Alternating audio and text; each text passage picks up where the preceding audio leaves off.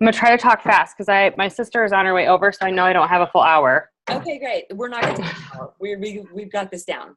Okay, Okay, cool. we've got Ashley, and we are doing Ashley's interview. So, hey, Ashley. Hey, Katie. All right, so let's talk about did you hit rock bottom to start this? Or what got you interested in Beachbody? What brought you into this whole world? Okay. Actually, for me, coming into Beachbody had absolutely nothing to do with my financial situation. I came into it because I started as a challenger. I had a big weight loss goal of 30 pounds, and I found my challenge group, found my coach, went through all that, lost all this weight, and within the group, I discovered a sense of community and fellowship between myself and those women who I never would have known otherwise. And I never would have known that I needed people like that to be as successful as I was with my weight loss journey. So after going through all of that, I kind of realized, well, I want to be able to do that and provide that for other people, because I know that like way deeper than just losing weight, the experience of it all and the feelings and emotions of it all, losing weight is so superficial on the scale of everything else it's given me. So I just wanted to be able to provide that to other people. So that's essentially what led me into it. Once I start, okay, do you want me to keep going, or No. I could talk for like a year about that? That's why it took us like an hour. Okay. So have you been repressing your passion? What do you mean? Can you? Well, I mean, I guess before this, you were repressing your passion. Withholding, you mean? I'm so sorry. I don't know what that word means. Repressing, like not expressing, like holding it out. Okay, or holding it in. Okay. I don't know that I could say I was repressing it because I didn't know what it was. Mm-hmm. I didn't know that. I knew that I loved to help people, but I never dug into it deep enough to discover what joy it brought me until I started helping people. So I wouldn't say that I was repressing it. It did help me discover it. Awesome.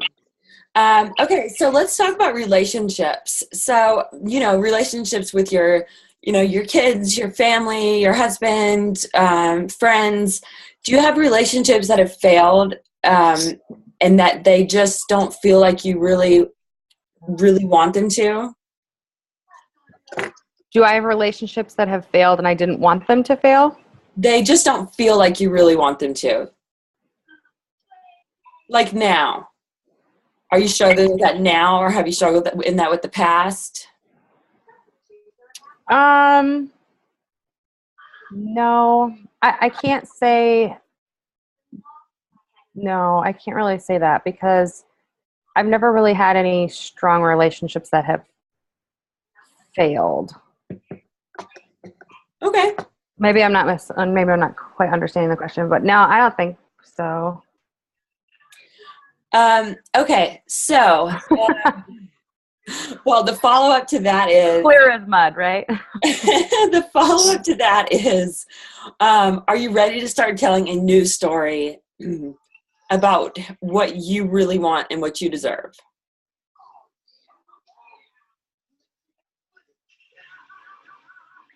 So,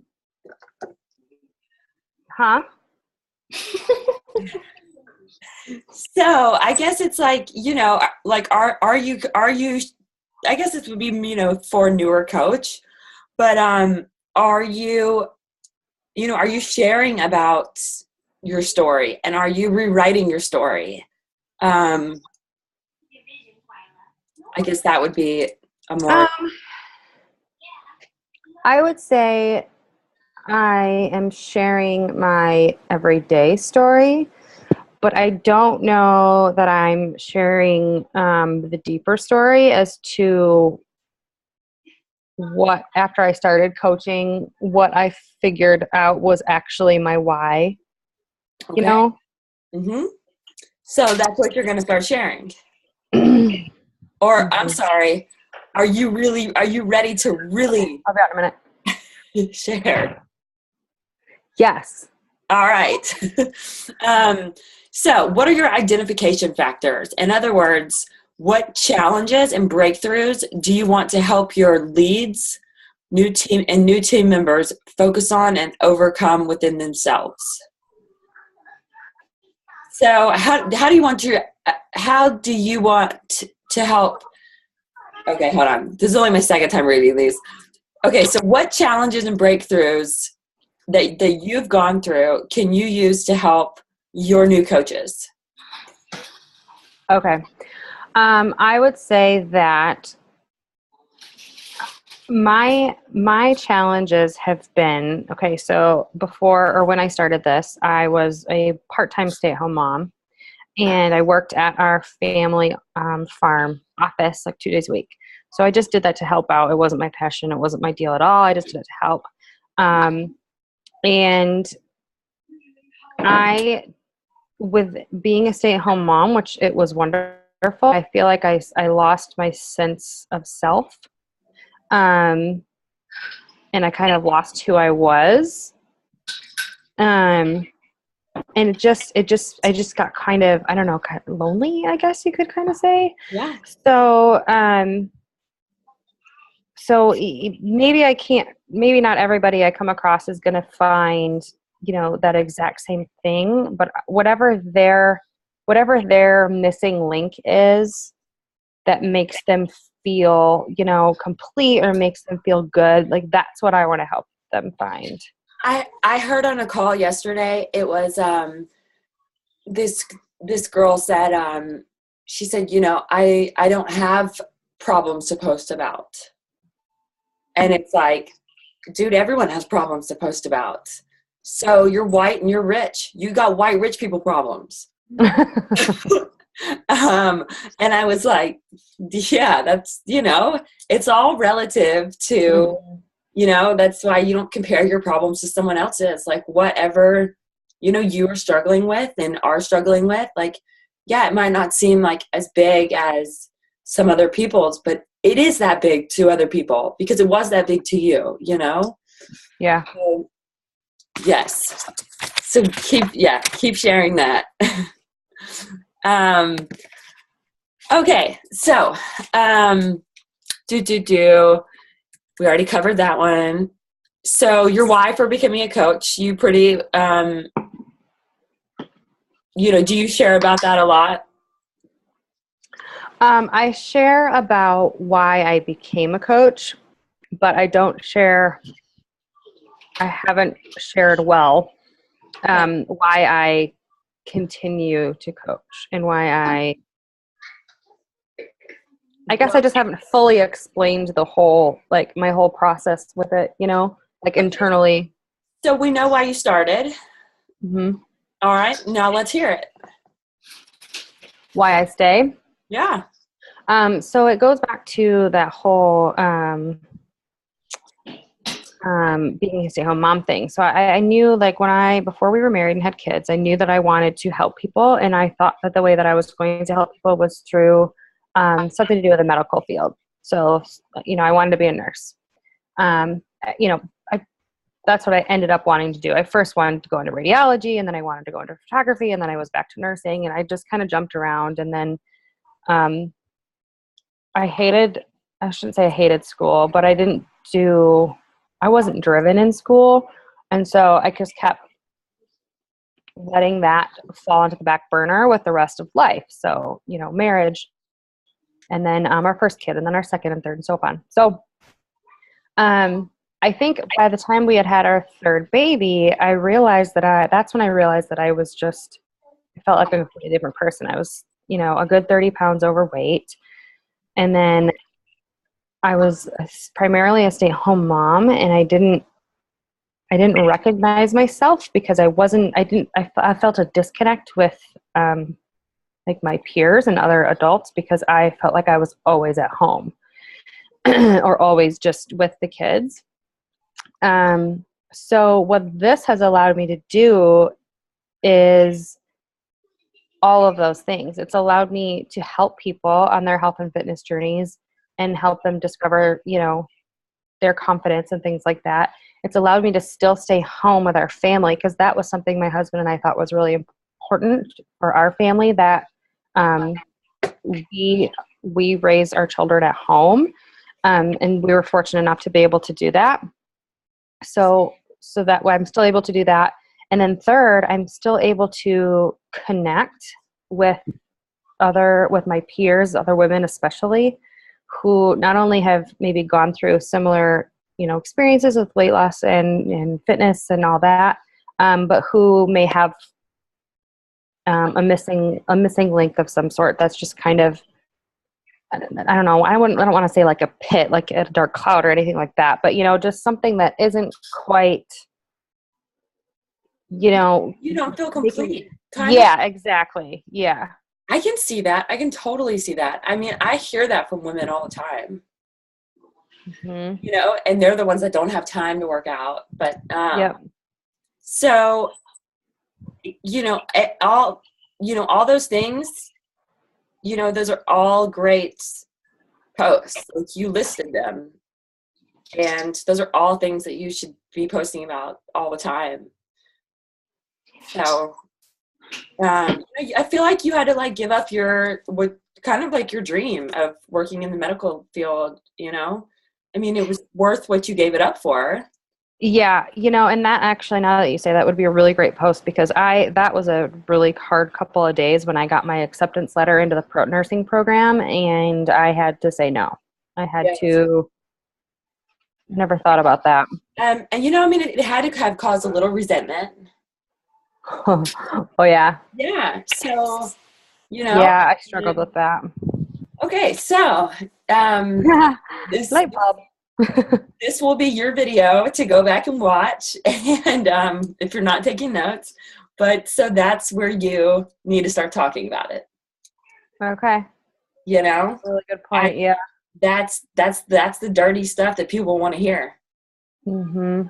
Okay, so now let's go on a light note. Okay. Describe the opportunities that Beachbody coaching has produced in your life, like stuff that you would have never experienced otherwise. Two right off the top of my head is traveling for my own personal like stuff and meeting people across the country. That I think is really, really cool. I never would have traveled on my own. I never would have like planned a trip just for me. I would have always included like my kids or my husband or, brought some girlfriends along. I never would have gone to have new experiences. And I didn't know that that was something I needed. Yeah. Until I did it. Yeah. Mm-hmm. Okay. Now here's one. Describe your ideal team member. Oh, this is a good one. Okay. My ideal team member is somebody who I don't necessarily have to relate with them. Like they don't have to be the same as me or even in the same situation. But I want somebody who is driven by their emotions. I don't want someone who's driven by money or driven by shiny objects, I guess. I mean, we all are to some extent. I like shiny things. But I mean, I want the real gut of it and nuts and bolts of it to be, I want somebody who's driven by the desire to help others fulfill their needs. So I want somebody who is, and that can be focused on that. And that can be, help a coach who wants to help other people meet their financial goals, Yeah, absolutely. Um, So I'm Yeah, and what I 22. meant by that is I didn't want somebody who says, you know what I mean, who's just doing it because they need to make an extra couple $1,000 and that's all they care about. which was that was my why. But it wasn't real. You know what I mean? Like, my why was $500. yeah. I know, I'm with you. But you know what I mean, though. I mean, I don't mean to say like. No. I don't know. I mean, I wouldn't still be here if that was still my why. Right. Yeah. So, do you feel that you are fully equipped to help your new team members reach their goals? I do. Although I would say, I guess I shouldn't say ever fully equipped. I say I'm well enough, but I think there's always room for growth as a leader. So maybe like make a list and, write down things that you can do, little things to not be overwhelmed, but write down stuff you can do to improve team leadership, I guess. Yeah. Do like one thing a day, one more thing a day or something. Or a week, Yeah. because, it's still, 80-20. Mhm. So, okay, so we're almost done. Okay. Okay. What is the defining factor why people should work with you over any other Beachbody coach? Right? That was my reaction. This is my least favorite question. Like, even in any interview I've ever had done for any job, I probably almost roll my eyes at that question every time. Why? Because I don't know. Because I don't think everyone should work with me. I think that there are people that are best suited with you, and there's people best suited with Danielle. There's people best suited with me. Right, but what's your factor? Like Danielle has her factor for why they're gonna work, go to her. But like, if yes, your vibe attracts your tribe. So what's your vibe? I don't know. I'd have to ask my tribe. I honestly don't know. I don't know how to answer that question. I think I have a good ability to build relationships. So I think I have a better ability to connect with people as opposed to just keeping it surface level. Okay. You know what I mean? Uh-huh. Like within, our private conversations. So I think that you should also make a list of why you're such a badass. Oh, okay.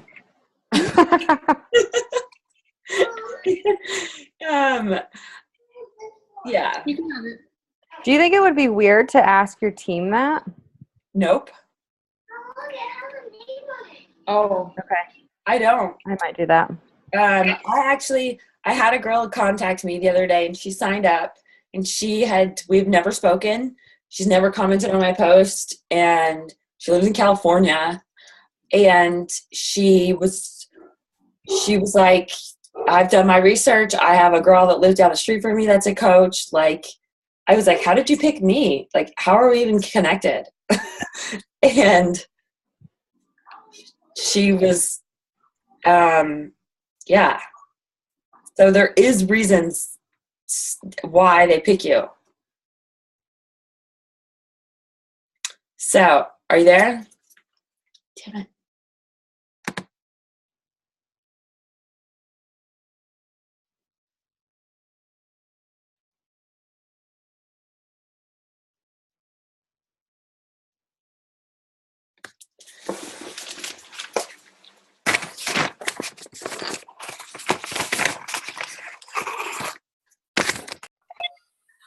Okay.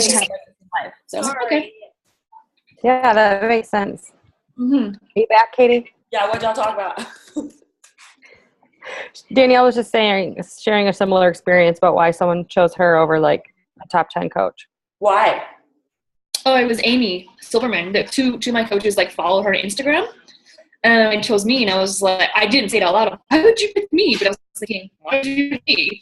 It's because we're similar in our style, I guess, and we have tattoos. But Amy lives on the other side of the world with dogs, has no kids. One of the girls, Emily, she lives in the same city as me. She's like, I wanted someone closer to me, and you're a mom, and she's not. So that was the other thing. Like, I'm a mom, Amy's not a mom. The other girl, same thing. Like, even though she related to Amy and even talked to her about it, she just kind of liked my style a little bit better, and that we're in the same city. So sometimes location does matter, I guess. That's a good point, because I have a coach on my team who's one of the top coaches on my team. And I should ask her that, because I know that her and I have a lot of mutual friends. Didn't really know each other. We grew up in the same town, but she came to me out of nowhere. She wasn't liking my posts. She wasn't commenting anything. And she just messaged me one day, and bada boom, bada bing, like, she was coach. And like, she and now her husband are like going crazy. Like, they're doing awesome. That's so good. And I know she has tons of coach friends, because I stalked her friends list. Okay, so we're almost done. So what obstacles have you overcome? In what regard? I would say in coaching.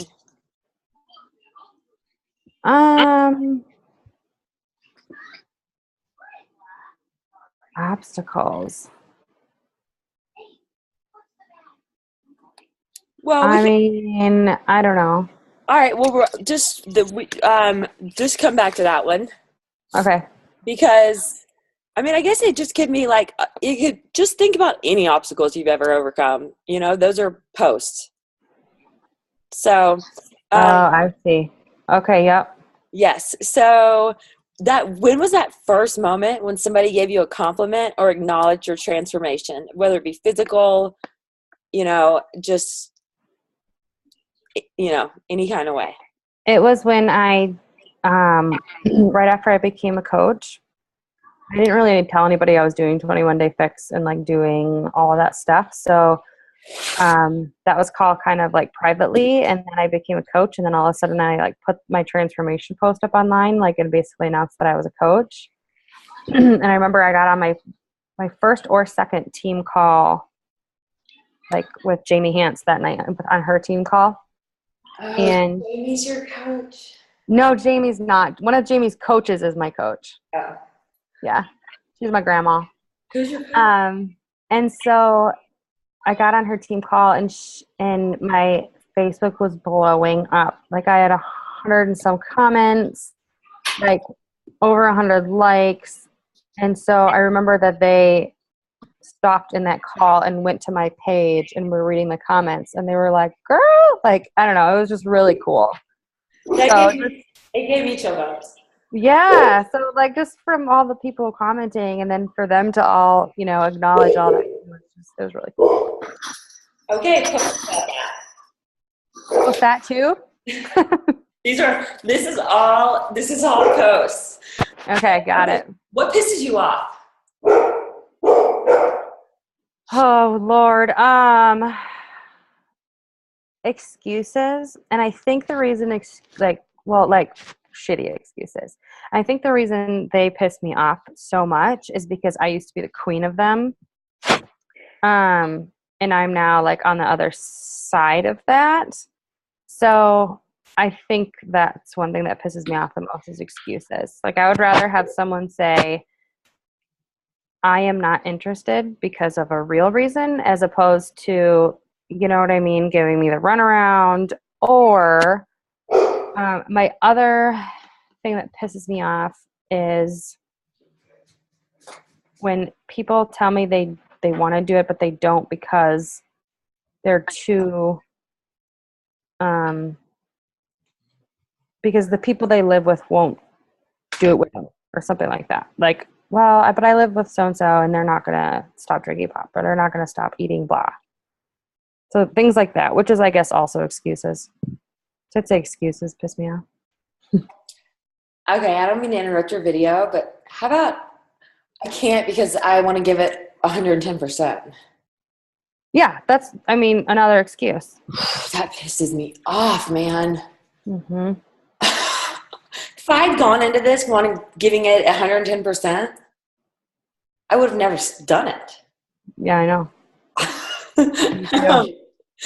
Okay, so what keeps you awake at night?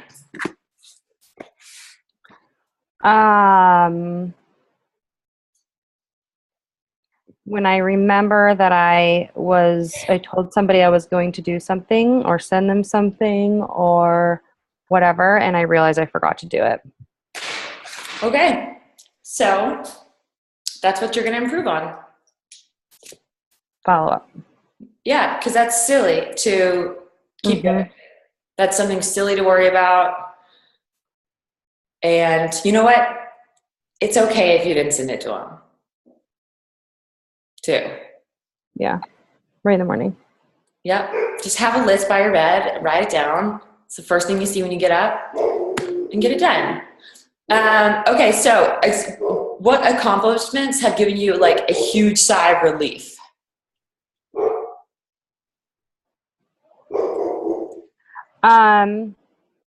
I think, strangely, which I don't know if it's a sigh of relief, but what gets me more excited is almost the success and celebrations of my coaches and the people in my challenge groups. So when I think, okay, I know. In my challenge groups, when I think people are not when people are not commenting, when they're not participating, and then I get in there and I'm like, what the hell? And then all of a sudden I get a private message from like 3 people, and they're like, I know I'm not posting a lot in the group, but I have been doing everything. And then they send me their pictures and they tell me how amazing they feel. And like, then we get into this whole conversation. So I think that's something that gives me a huge sigh of relief, because I feel like when people aren't participating, that I'm not doing my job or that they're not doing it. And I just need to remember that not everyone is quite as confident and open in the beginning as some people are. Mm-hmm. So that provides me some relief that I know that they're still trucking. Nice. All right, this is the last question. How have you defied your own expectations or other people's? My own, because I guess I should say I used to be somebody who I started things and never finished them. Yeah. I mean, my whole life. I mean, everything I started and never finished. Never finished college. Just anything. I'd always have these grand ideas, and I was going to do something. I'd do it for a little while, and then I'd stop. So, school, like do-it-yourself projects, like you name it, fitness, dieting, anything. Mm-hmm. So until I started doing all this, that's how I used to be. And so me staying in this and doing this day in and day out it blows my mind that I still do it. Because I never would have before. These are some great posts, Ashley. I know. I'm glad you're recording this, because I would never remember it. Yeah. Did you write stuff down, Danielle?